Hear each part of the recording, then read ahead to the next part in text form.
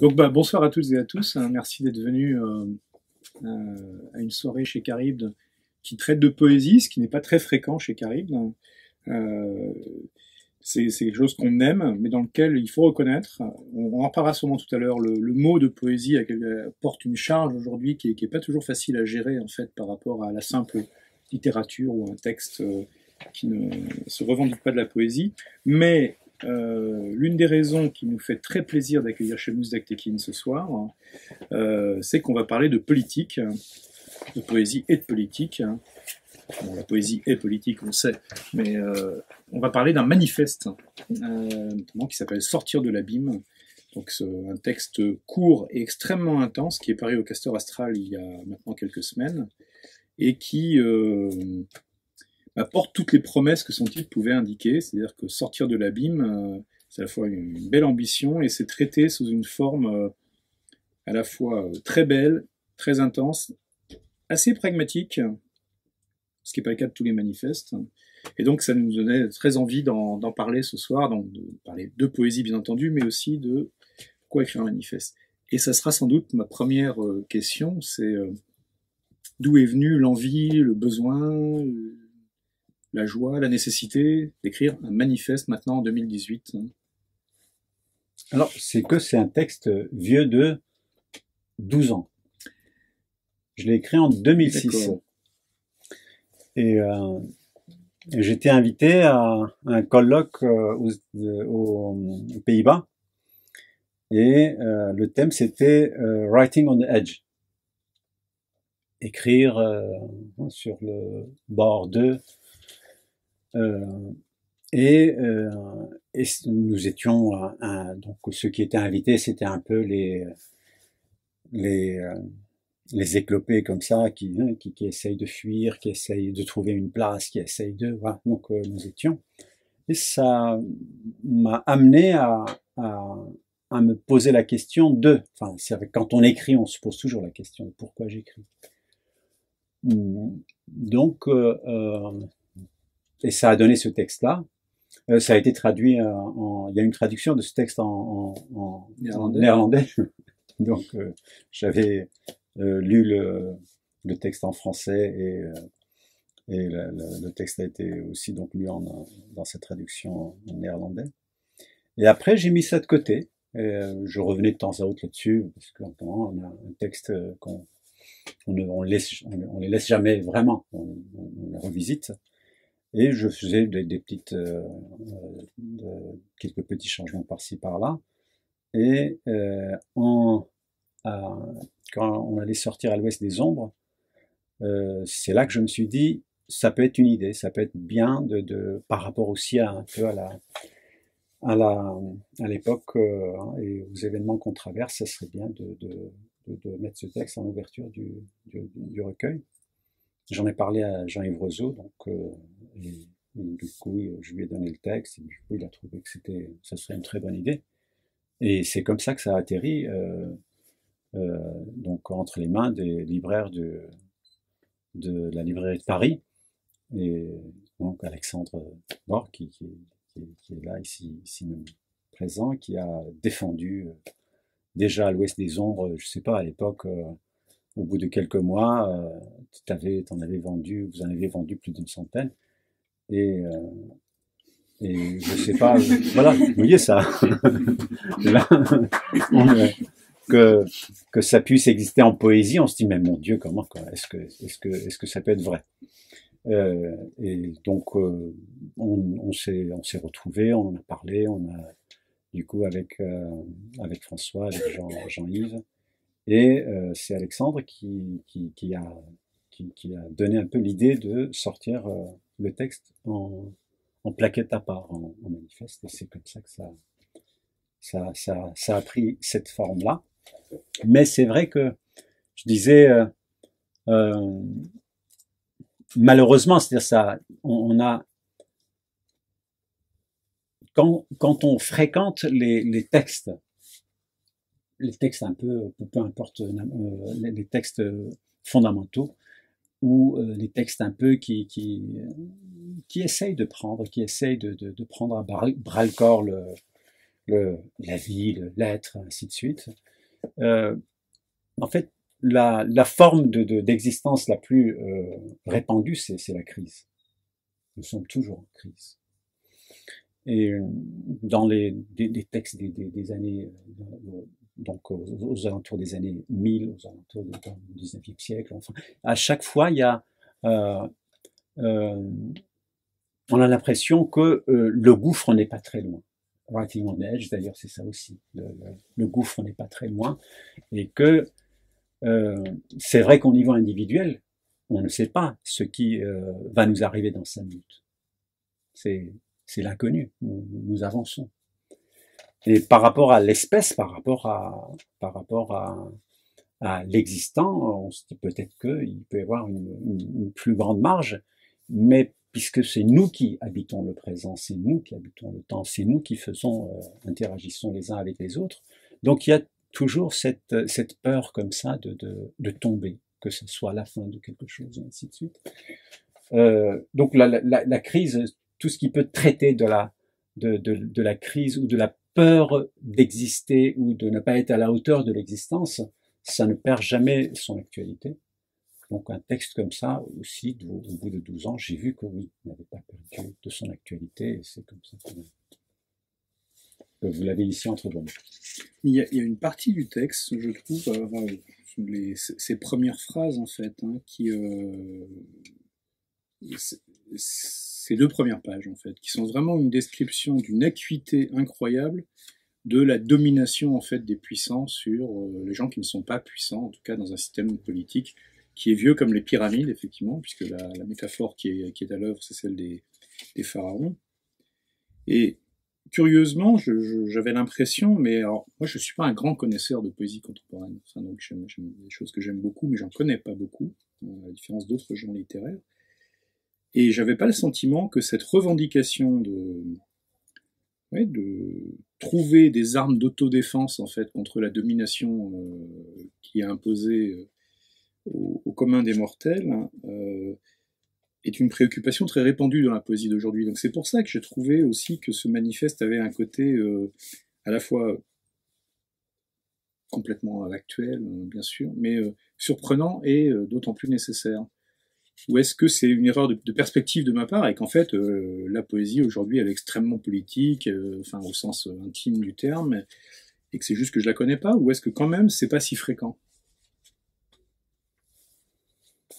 C'est que, enfin moi quand je parle ou quand j'écris pas en tant que poète ou en tant que, j'essaie de parler en tant qu'être. Et être qui est concerné par ce qui se passe autour de lui, et essayer d'exister avec l'autre dans une sorte de dignité, de fraternité, de coexistence. Donc c'est vrai qu'il y a je dis, écrire, c'est être juste avec soi-même et avec l'autre. Écrire dans cette justesse, dans cette justice, et c'est ce qui donnerait la dimension éthique de l'écriture et de l'existence. Donc je me pose pas tellement la question de de la place de ce que je fais dans la poésie. Et je dis, d'ailleurs, même ce que j'essaie d'écrire dans la poésie, c'est pas, je dis, j'essaye d'utiliser toutes les potentialités du mot. Donc c'est pas une écriture qui se limite, on va dire, à des genres, à des formes. J'essaie vraiment je dis, le plus grand poème du XXe siècle, pour moi, c'est Finnegan's Wake. Donc c'est pas, c'est essayer de prendre à bras le corps l'existence et l'existant, et quand justement ça commence par River Run et ça finit par River Run, c'est tout ce que ce fleuve de l'existence peut charrier. Et donc essayer j'avais même c'est dans La langue mordue, essayer d'allonger mes moyens, donc c'était prendre l'existence comme le chaudron et l'écriture comme la louche, et essayer donc d'allonger, d'agrandir ma louche pour que je puisse brasser le plus loin l'être et l'existant. C'est un peu cette envie de comprendre, d'arriver aux confins de l'être. Et quand je fais des rencontres avec des jeunes, je dis visez l'absolu, et c'est pas demain que vous allez revenir me dire et maintenant que j'ai touché l'absolu, qu'est-ce que je fais? Donc je me donne aussi ce but justement, l'absolu de quoi on ne sait pas, mais l'absolu d'être, l'absolu de l'existence, l'absolu de la fraternité. Là, nous sommes dans une sorte d'incomplétude de l'être. Et si nous arrivions, si nous tentions d'arriver à une complétude, ça serait quoi? Donc pour moi, l'écriture, c'est dans ce sens-là que je dis la création et la poésie, essayer de cultiver son être. Ça doit faire partie des préoccupations essentielles de la vie, et donc de la poésie, et donc de la création, et donc de la littérature. Je suis juste un très bref paragraphe parce que ça entraîne une question pour moi justement, mais je pense que le fait que tu aies introduit d'emblée poésie et création n'est pas neutre, mais qui disait donc, enfin, et c'est le troisième paragraphe du manifeste, faites de votre vie un chef-d'œuvre, conseillait un penseur. Être conscient que la vie trouve sa mesure en elle-même, qu'elle peut se transformer en chef-d'œuvre et qu'elle n'a besoin ni des pierres d'Éthiopie, ni des milliers d'esclaves et de cadavres afin de s'ériger tombeaux et monuments pour s'imaginer grandeur et éternité. Qu'on peut s'édifier à partir de ses propres ressources et que cette faculté est à la portée de tous. Et je trouve ça magnifique et fort. Mais j'avais quand même cette espèce de petit truc qui me travaillait quand je disais ça, en disant oui, mais en même temps, est-ce que c'est vrai que cette faculté est à la portée de tous? Parce que justement, et on en reparlera peut-être tout à l'heure, mais un des soucis peut-être avec la poésie, en tout cas telle qu'elle apparaît aujourd'hui, c'est qu'elle semble comporter un côté un peu élitiste. Il y a une maîtrise du langage, il y a une maîtrise de référence, on dirait n'importe quelle littérature, mais peut-être plus avec la poésie d'une certaine manière, d'où l'interrogation en disant comment concrètement c'est à la portée de tous. Je dis, il y a 3 détournements qui sont un peu à l'œuvre dans l'histoire de l'humanité et dans notre société actuelle, qui sont les détournements de la transcendance au profit de certains, le détournement des richesses au profit de certains, le détournement de la culture au profit de certains. Donc à chaque fois quand on dit ça c'est pas pour vous, c'est que nous sommes en train de nous garder pour nous, au chaud, comme ça. Ça c'est, on va pas le donner à l'autre parce que et que pour moi, je pars du principe que nous sommes fondamentalement des êtres égaux. Et quand je dis plus loin, je dis là que dans les livres sacrés est dit que l'humain a été créé à l'image de Dieu. C'est l'humain qui a été créé, c'est pas certains des humains. Et je disais, c'est normal que un type qui vient vous dire, moi je suis le fils de Dieu et vous êtes les moutons, les brebis, c'est normal qu'on le crucifie. Donc, que voulez-vous qu'on le fasse?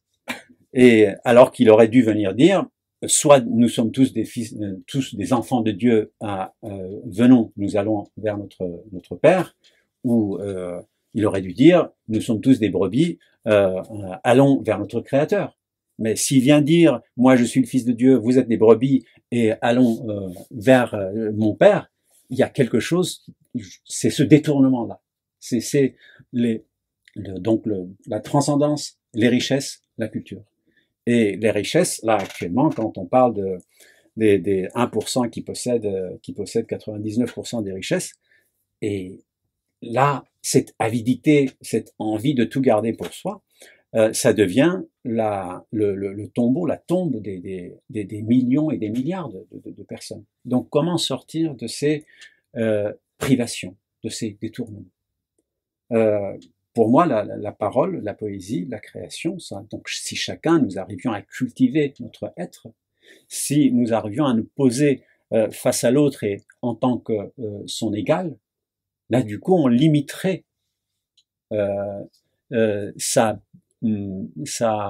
ses moyens de nuisance.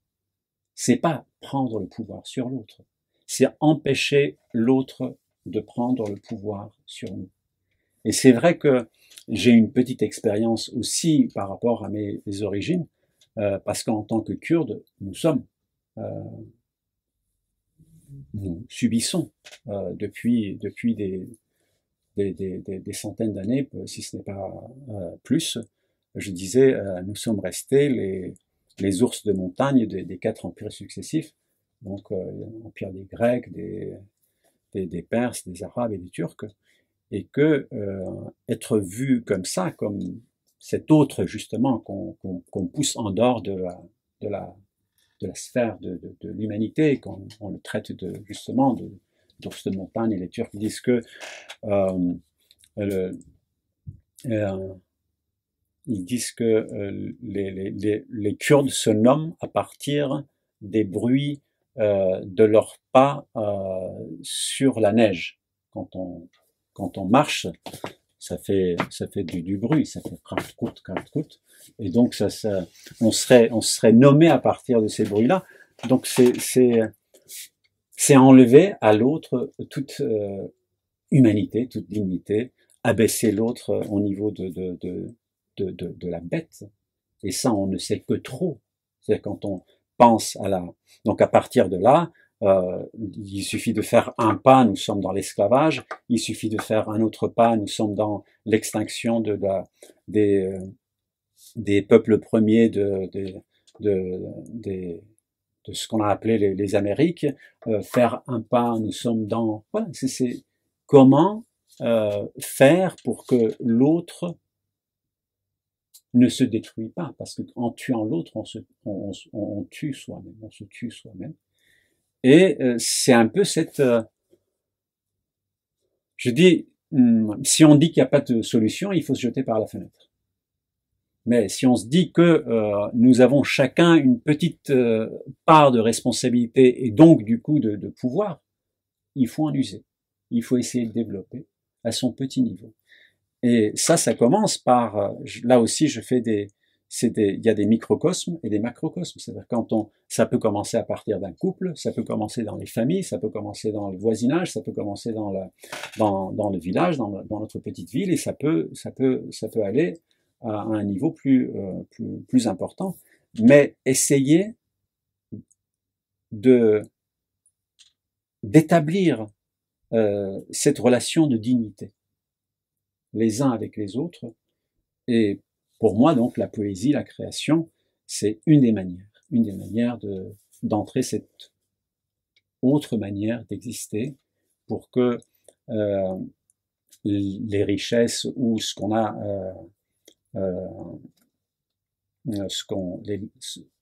ce qui comporte un peu des valeurs ne soit pas juste au profit de certains, mais qu'on puisse les mettre au milieu et que chacun puisse s'en servir et puisse s'enrichir. On va revenir dans quelques instants sur cette composante aux créations et sur son contenu émancipateur, enfin en tout cas libérateur. Est-ce que tu nous aurais lu un peu de poésie illustrée? Il y avait, par rapport aussi à cette histoire de donc les détournements n'est-ce pas, des richesses, de la transcendance et de ci et de ça. Il y avait Deleuze qui disait que nous avions ici en Occident, il parle de l'expérience française, mais c'est un peu partout la même chose. C'est pour ça qu'il y a des églises, c'est pour ça qu'il y a des temples, c'est pour ça qu'il y a des riches, c'est pour ça qu'il y a des... quand George Orwell parle dans la ferme aux animaux, quand les cochons disent, au départ, vous connaissez l'histoire, ils font la révolution et l'écriteau c'est tous les animaux sont égaux. Et petit à petit, ça change, ça devient tous les animaux sont égaux, mais les cochons sont plus égaux que les autres. Donc, comment sortir? Comment partager, donner cette égalité? Donner, et en même temps que l'autre prenne aussi, c'est-à-dire que c'est chacun se mettre à la hauteur de l'autre et créer ces conditions d'échange. Il disait que donc il y avait une sorte de soleil comme ça qui éclairait les étoiles sans lumière, et du coup cette histoire donc je suis le Fils de Dieu et vous êtes des brebis et venez, il fallait passer à une autre conception où nous deviendrions chacun des étoiles portant notre propre lumière. Et nous ferions échange de lumière.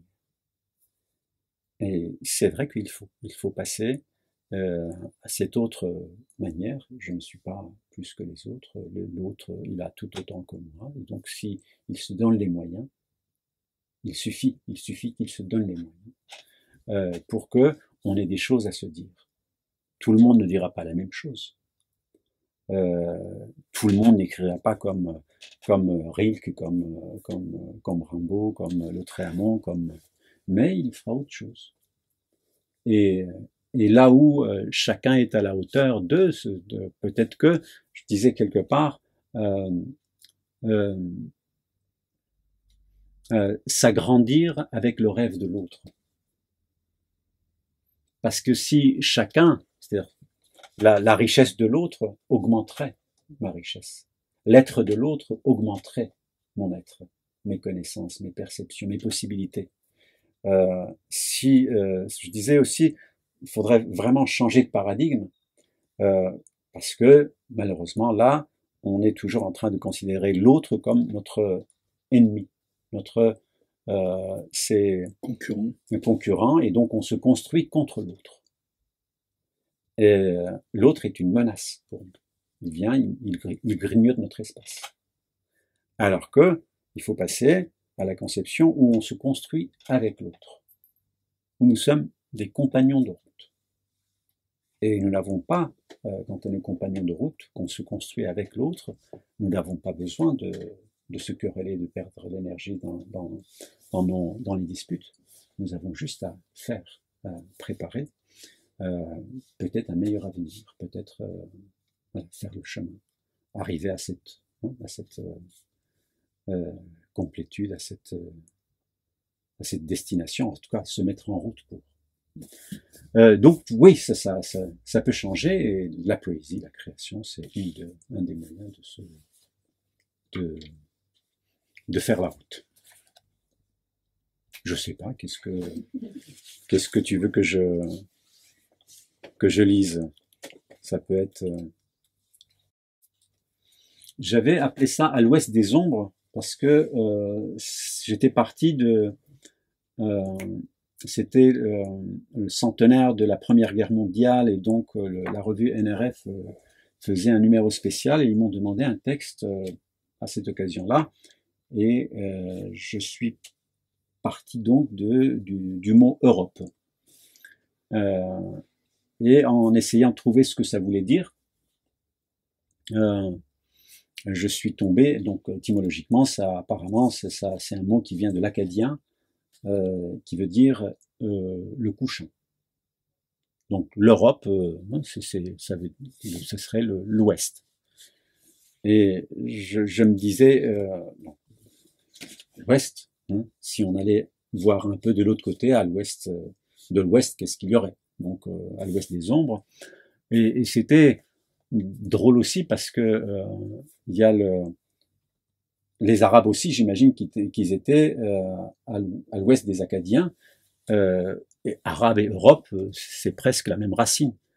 J'ai pas vérifié, mais ça peut venir d'une même racine, d'un même mot. Imaginez que Arabe et Europe, c'est une même racine, c'est un même mot. Voilà, donc je me suis amusé avec à l'ouest des ombres, il y a un peu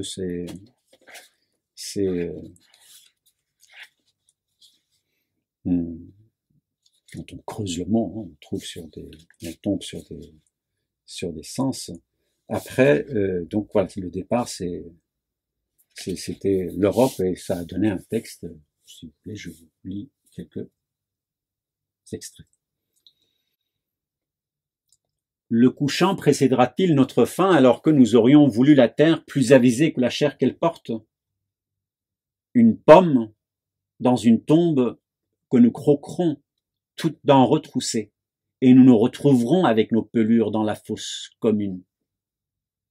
Le son que je pousse ne me définira plus comme la géographie de nos amours, séduite par un taureau qui voudrait ponctuer l'image par sa noyade.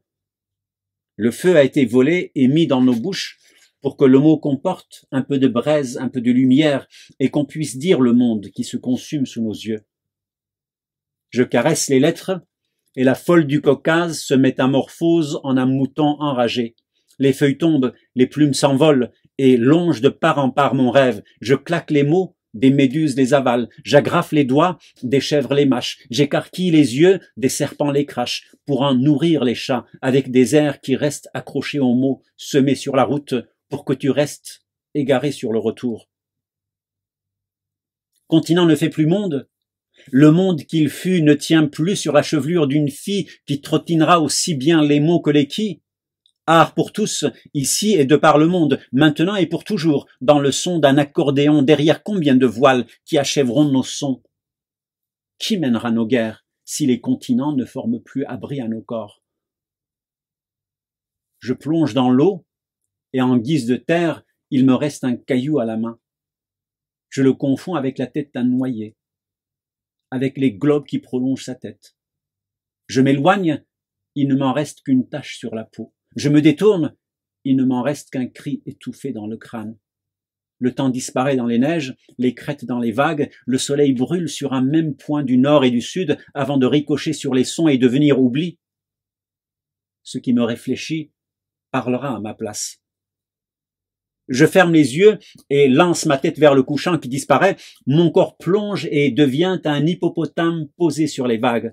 Une miette tombée du bec d'un oiseau, son petit qui ouvre le bec pour attraper la miette. Je plonge et deviens un reposoir pour des pieds endoloris, une carcasse de mots qui ne refera plus surface, un chameau qui se laisse emporter croyant devenir sirène, un kangourou qui ne distingue pas le désert de la mer, un chamois qui ne parlera pas de langue marine, effritera le bout du monde, deviendra oiseau et s'envolera avec nos songes. Je replonge. L'eau se retire, le sable s'envole, on déverse alors le déclin qui n'attend plus rien de la vie, on déroule la peur des rêves dérangés, la faim des bouches édentées, le chagrin des visages éreintés, la brume des terres, l'humidité des pores, la rage qui ne débordera pas, les limites des corps. Moi aussi je suis tout contre toi, pour trouver dans ma salive les vents du nord et les poussières de l'Orient, d'où les traîtres, d'où les boucs, d'où les hyènes, roubles et lards, qui savaient où trouver les solides, où trouver les mâchoires, pour remplir tombes et orbites. Nous aussi, le jour venu, nous nous fracasserons contre le peuple total, qui aura une fin d'avance sur le rêve. La grâce reste sur le bout de la langue, mais ne se laisse pas nommer. On s'arrête là. Voilà, donc ça c'était, vous avez vu un peu toutes les traversées, les noyades, voilà. Donc écrire avec le présent, mais avec le passé, en essayant d'ouvrir quelque chose vers. Je me dis de toute façon l'écriture, ça serait ça. Essayer de brasser le présent, le passé, et tenter d'ouvrir une porte sur l'avenir, sur quelque chose qui peut nous donner une autre manière de respirer. J'aimais bien que tu cites tout à l'heure Orwell et la ferme des animaux, parce que dans ce que tu disais, il y a le fait, enfin, Orwell parle pas énormément de poésie dans ses écrits théoriques, mais il en parle à l'occasion. Et c'est marrant parce qu'il appelle la création littéraire à l'aide dans les écrits où il essaye de, non pas de définir, il ne s'agit pas de définir, mais en tout cas de donner de la substance à la notion de décence ordinaire, enfin de common decency. Et je trouve ça assez passionnant, le fait que voilà, Orwell qui avait vraiment ce pied de créateur, parce que enfin, c'est vraiment un écrivain, mais de penseur politique, d'essayiste, de journaliste, enfin, qu'il y a eu qu'en fait, oui, la poésie soit une partie intégrante de l'essence ordinaire, parce que c'est ce que tu disais tout à l'heure, c'est dans la prise en compte authentique et intégrale de l'autre, et de refuser que ça soit une menace a priori. Enfin, ce qui, dans beaucoup du brouhaha contemporain, apparaît souvent, hélas, comme ouais, mais c'est irréaliste, idéaliste, manque de pragmatisme. Non, l'autre, c'est vraiment une menace, et la preuve. Et on va sortir évidemment des tas de preuves que l'autre est bien une menace. Et est-ce que c'est pour ça que c'est un manifeste, hein, quand même. Est-ce que ce combat-là de la poésie et de la création est plus difficile aujourd'hui ou est-ce qu'il a toujours été difficile? Non, c'est que quand on voit la poésie comme la petite chose de l'autre, son état d'âme, ses états d'âme, c'était il y avait encore Deleuze qui parle de la littérature, que la littérature n'est pas la petite affaire privée des uns et des autres. Et la poésie non plus, c'est pas la petite chose comme ça, les états d'âme des uns et des autres. Il y avait quelqu'un qui me disait maintenant que parce que pendant 18 ans je suis pas retourné en Turquie et en 2010 j'ai dû m'arranger pour pouvoir y aller parce que mon père venait d'avoir une sérieuse attaque, donc un sérieux problème de santé. Il fallait que si jamais ça lui arrivait quelque chose, que je puisse être là-bas. Et mes enfants n'avaient jamais vu le pays, donc j'ai dit bon, pour mon père et pour mes fils, je vais quand même faire le nécessaire pour pouvoir y retourner. Et donc voilà, on passe par Istanbul, on passe, il y a toujours des inévitables. Et quand j'étais là-bas, quelqu'un qui me disait et comment vous écrivez de la poésie? Là maintenant, est-ce que vous allez prendre un verre de vin et vous allez vous mettre face à Bosphore et vous allez écrire un poème? Donc voilà, c'est un verre de vin face à Bosphore et on est en train d'écrire le poème. La poésie, c'est pas ça. Je disais, c'est quand les gens me disent est-ce que t'es surréaliste ou il y a des influences, je dis je suis sous-réaliste. Donc au plus bas de la terre, au plus bas de l'être, au plus bas. Et quand à travers la source la nuit, quand j'écrivais à un moment, c'était on devient ce qu'on écrit. Et je disais, après quand on essaie de voir, je dis que c'est un livre que j'ai écrit avec une sorte de mémoire minérale que nous avons chacun en nous. Et donc j'essaie vraiment de trouver ces vies, ces pensées qui nous ont habités et que dans le sens, là je disais, pour ça que pour moi le plus grand poème du XXe c'est Finnegans Wake, dans le sens aussi là, quand on va étymologiquement, poésie ça veut dire créer un monde, c'est recréer le monde. Pourquoi les poètes ne sont pas tolérés, ils sont mal tolérés, ou je sais pas, dans les cités ou dans les temples et les églises, parce qu'il y a cette s'emparer de la parole pour dire autrement l'être, autrement le monde, ça veut dire qu'on change de regard sur les choses. On est en train de déplacer peut-être et qu'on est en train d'essayer de voir, d'essayer de donner une autre façon de voir l'existant, l'être soi-même.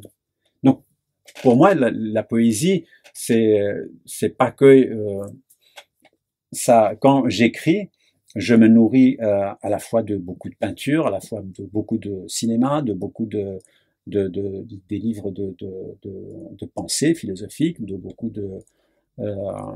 les grands textes, les anciens, les modernes, en passant par les grands romans. On ne se nourrit pas que de la poésie pour répondre des choses semblables et donc que ça soit bien aligné, que ça soit bien. Je disais parce qu'il y a une mode un peu de haïku comme ça quand on arrive. Est-ce que vous allez faire des haïkus? Je dis ça c'est quand on fait des interventions dans des écoles, hein, est-ce que vous allez faire des haïkus? Je dis qui vous a dit que j'allais faire des haïkus? Donc je dis quelque chose que vous pouvez dire en 3 mots, vous pouvez ne pas le dire aussi. Hein, ne vous donnez pas parce que et si on se donne du mal, si vous osez interrompre le silence, parce que le silence c'est quelque chose de très beau, il faut que ça vaille le coup. Donc il faut se donner les moyens de dire autrement l'être.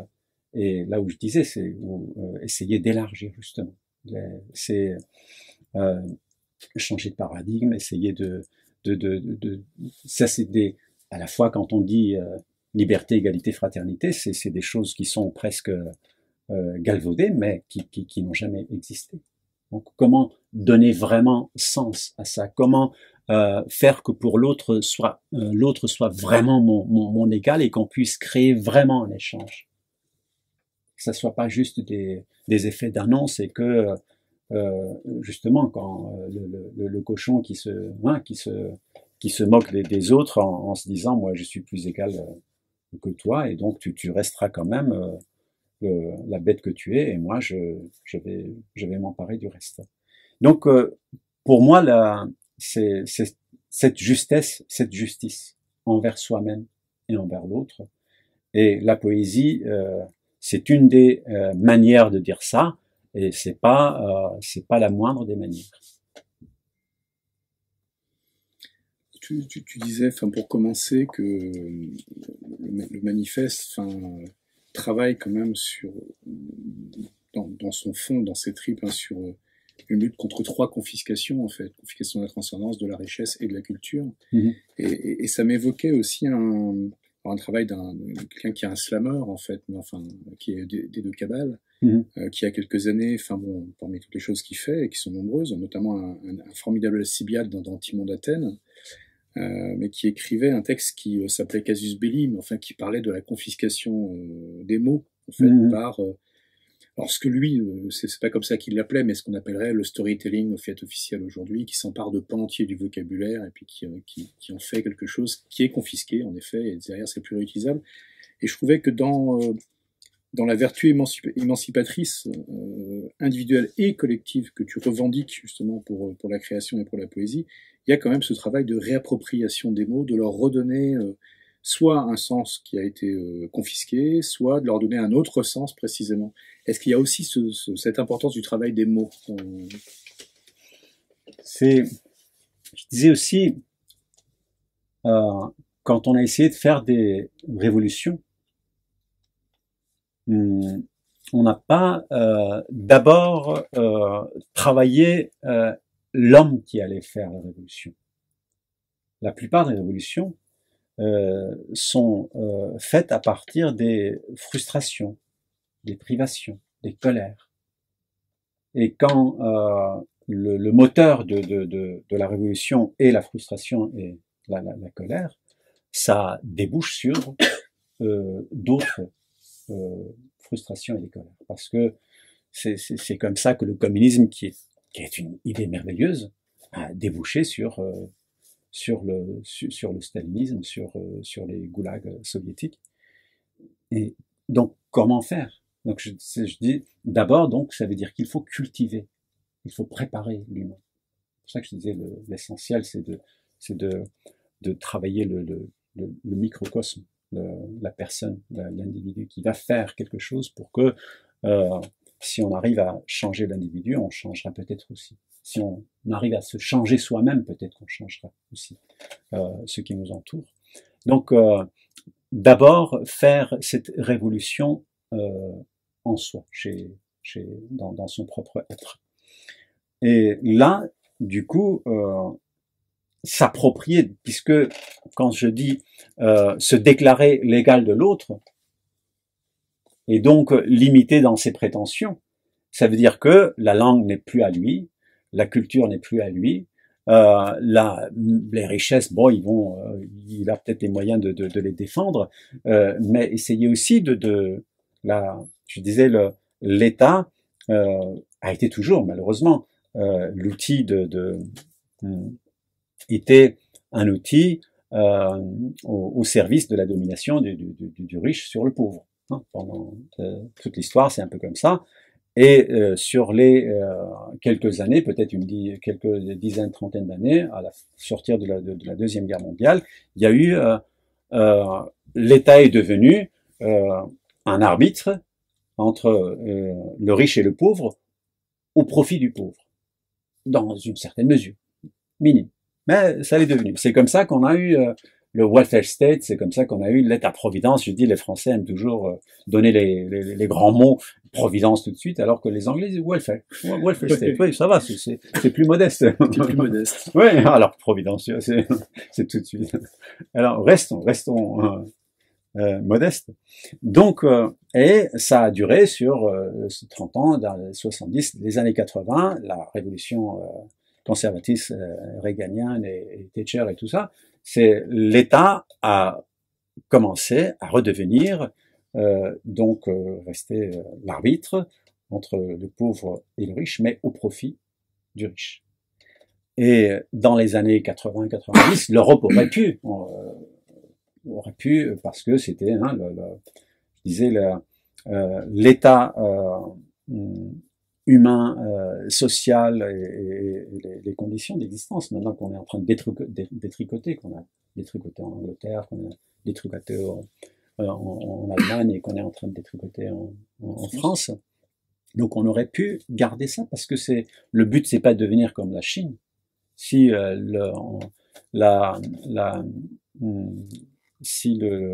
on donne comme horizon à l'humanité donc la Chine ou je sais pas ou les États-Unis ou un autre pays ou Dubaï, je sais pas quoi, c'est pas tellement c'est pas vers ça qu'il faut aller. C'est donner les conditions à chacun des êtres pour qu'ils puissent justement, déployer toutes ces possibilités. Et c'est vrai que là, ça peut se faire dans des conditions démocratiques, entre guillemets sociales, la dimension sociale ou la dimension de l'individu dans la société est prise en compte, et que si la poésie, si l'art peut nous aider à nous réapproprier ces pans entiers de la culture, de la langue, de la création qui nous ont été volés. Donc il faut c'est un peu faire les Robins des Bois. Ce qui était à nous, ils nous ont dérobé, nous sommes tenus, nous sommes aussi, il faut se donner les moyens de le reprendre.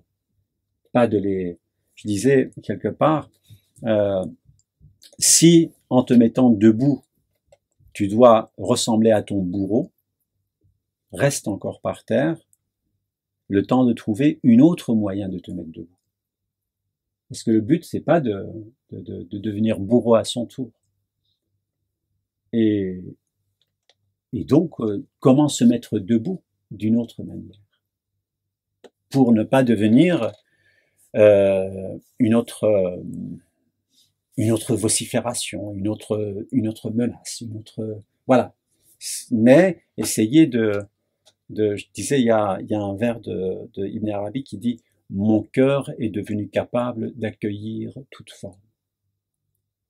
Comment cultiver son être pour accueillir tout l'existant et toutes les formes. Et donc aller vers l'autre avec cette envie, cette générosité, cette ouverture, et pour que lui aussi il puisse se changer peut-être à ton contact, peut-être. C'est jamais donné, c'est jamais dit qu'il va changer, mais nous n'avons pas la possibilité de changer de planète, de changer de peuple, comme disait Brecht. Donc nous sommes tenus, nous sommes obligés de faire avec ce qui habite notre présent, et si possible, donc on ne va pas leur déclarer la guerre, on ne va pas les torturer si nous avions les moyens. Il faudrait essayer de trouver que la parole devienne un outil déjà de transformation de nos propres êtres, pour que cet échange de lumière dont parlait Deleuze, pour qu'on puisse, si on échange quelque chose, que ça puisse peut-être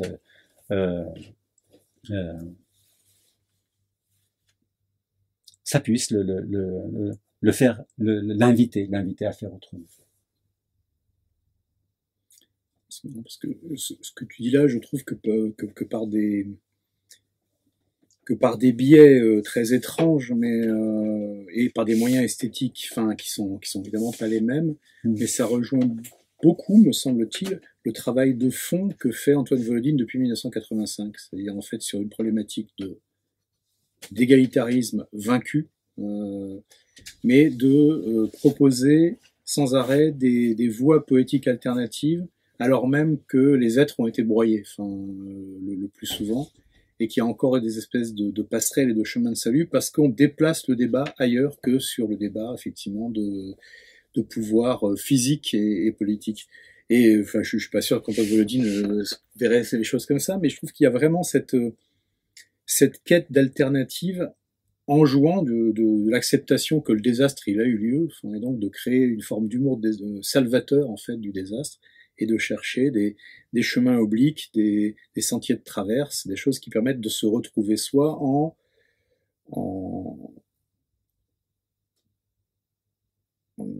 essayant de ne plus faire de l'autre un ennemi ou un adversaire, en tout cas de la majorité des autres, parce qu'il y a des ennemis irréductibles chez Volodine, ça c'est clair. Alors que toi tu fais le pari qu'il n'y a pas d'ennemis irréductibles, ou en tout cas on les traite pas en tant que tels. Mais ils sont tout aussi perdus. Dans l'absolu, ils sont tout aussi perdus.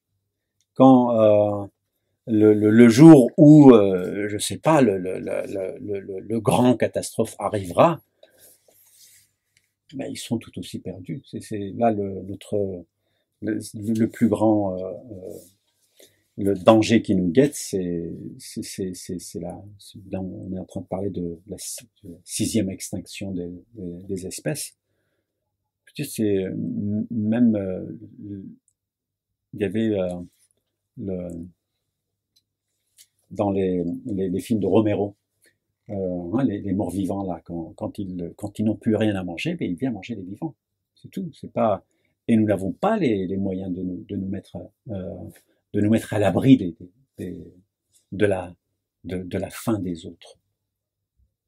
Quand il y aura 3 milliards, 4 milliards de personnes qui vont avoir faim, je sais pas, peut-être que ils auront peut-être entre-temps trouvé des colonies sur d'autres planètes, mais en attendant, ils sont là. Ils sont là, et je crois que c'est dans le territoire des morts où il a fait ça après la guerre de l'Irak, et il avait pris un de ses personnages, c'est un peu comme c'était déjà, comment il s'appelait, tous ces gens-là on les a déjà oubliés, mais parce qu'ils ont été remplacés par d'autres qui sont tout aussi bêtes et méchants. C'était le ministre de la Défense de Bush, et avec son Rumsfeld et le vice-président. Celui d'Haliburton. Voilà, donc et donc un de ces deux personnages, celui qui veut mener le monde un peu, il s'est inspiré de lui, donc ils se barricadent dans leur bunker, mais à la fin les morts-vivants, ils arrivent à entrer dans leur bunker aussi. C'est que on peut pas se mettre à l'abri de la faim de l'autre. Chez les Turcs, on a un dicton qui dit le chien affamé détruit le mur de la boulangerie. Donc oui, là, quand on est affamé, je me dis, c'est pas de faire le naïf ou de prêcher peace and love, c'est que le coût de la guerre qu'on mène pour mettre à l'abri sa baguette est beaucoup plus élevé que si on la partageait avec l'autre et qu'on disait, bah maintenant, voilà, on va manger ensemble et on va chercher autre chose pour demain. C'est beaucoup plus logique, et c'est moins coûteux que de faire ça, que d'essayer de garder à tout prix pour soi et dire, parce qu'il te laissera pas manger ta baguette tranquille. Et il faut juste se rendre à l'évidence que nous n'avons pas d'autre possibilité que de laisser l'autre exister pleinement. Là, les Turcs avec les Kurdes, depuis 100 ans, je disais, c'est quoi, qu'est-ce que vous vous êtes donné comme horizon depuis 100 ans? Vous êtes juste devenus les gardiens de la prison qui est devenue la Turquie. Est-ce que tout ce que vous vous projetez comme avenir, c'est ça, devenir gardien de prison d'une Turquie où 20 millions ou 25 millions de Kurdes sont bien tenus en respect dans des enclos. Est-ce que c'est ça le but? Est-ce que c'est à venir, ça vous dit? Donc ça serait quoi l'avenir de l'Europe? Ça serait quoi? Qu'on devienne comme ça un bunker et forteresse et que à l'entour on laisse. Non, c'est pas. Au bout d'un temps, parce que si on se ferme, je disais que c'est pour ça que je dis essayer d'aller vers l'autre avec cette ouverture-là, parce que quand on se coupe de l'extérieur, c'est qu'on se condamne aussi à la mort. C'est là, il n'y a pas plus beau que le verre à soie, mais quand il se ferme, il devient sa propre tombe. Donc, il faut créer cette respiration, à la fois entre la poésie et l'extérieur. Quand la poésie reste enfermée en elle-même, elle devient quelque chose, un exercice à vide, et donc du coup, on est passé par toutes les possibilités d'essayer de cette inventivité, la poésie avant-garde et tout ça. C'est des lubies, c'est des jeux comme ça. Essaye de dire un mot qui va t'enrichir, qui va enrichir celui qui écoute. C'est ça pour moi le but de la parole, de l'écriture, de l'art, c'est devenir plus grand au contact de l'autre. Essayer d'englober le rêve de l'autre pour que mon rêve devienne plus grand, plus beau.